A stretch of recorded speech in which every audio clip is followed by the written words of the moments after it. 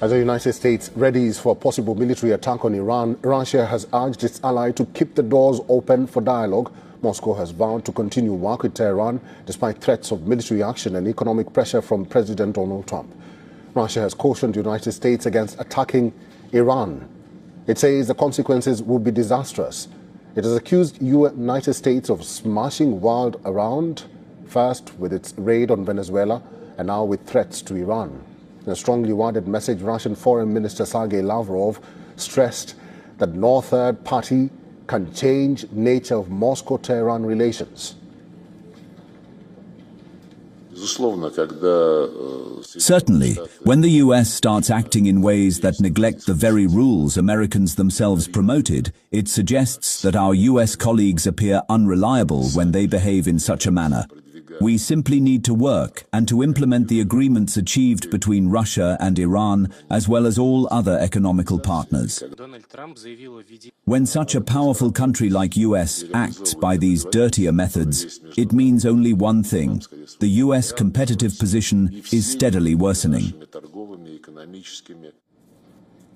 A shared anti-Western ideology has been a bonding factor for Russia and Iran. Both nations, heavily sanctioned by the West, challenge the US-led global system, promote multilateralism through BRICS and SCO. The strong ties between Moscow and Tehran emerge from a mutual need.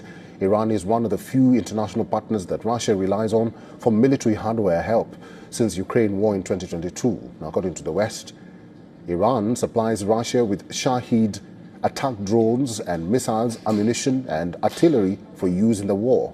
Iran has reportedly sold nearly $3 billion worth of missiles to Russia in the past 4 years. The purchases have included hundreds of Fateh 360 short-range ballistic missiles, nearly 500 other short-range ballistic missiles, and approximately 200 surface-to-air missiles associated with anti-aircraft defense systems. Though Tehran admits it supplied drones to Russia, but says it did so before the war. Moscow has also not acknowledged the purchase of Iranian missiles. Western intelligence says that in return, Tehran has received military technology and intelligence from Moscow, as well as funding for its space and missile programs. In December last year, Russia sent 3 Iranian communication satellites into orbit. In July, a Russian rocket sent Iranian communication satellite Nahed-2 into orbit. Tehran is also believed to have coveted Russian Su-35 fighter aircraft and S-400 air defense missile systems, but it is unclear whether it ever received these. One of the clearest signs that the alliance is more nuanced now is when Russia stood back during heightened tensions between Iran and Israel and amid US and Israeli airstrikes on Iranian nuclear facilities last summer. 9 months after US strikes, the possibility of another military attack is looming again in Iran. Russia is monitoring the situation closely. The prospect of another ally falling in the West Asia region will be a worrying one for Moscow.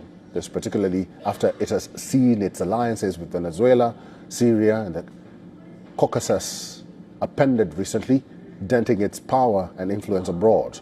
White House envoy Steve Witkoff and US President Donald Trump's son-in-law Jared Kushner are seeking to travel to Moscow to meet Russian President Putin, though the topic of discussion will be Ukraine war. Putin would like to pass a word to Trump through US President's top aide.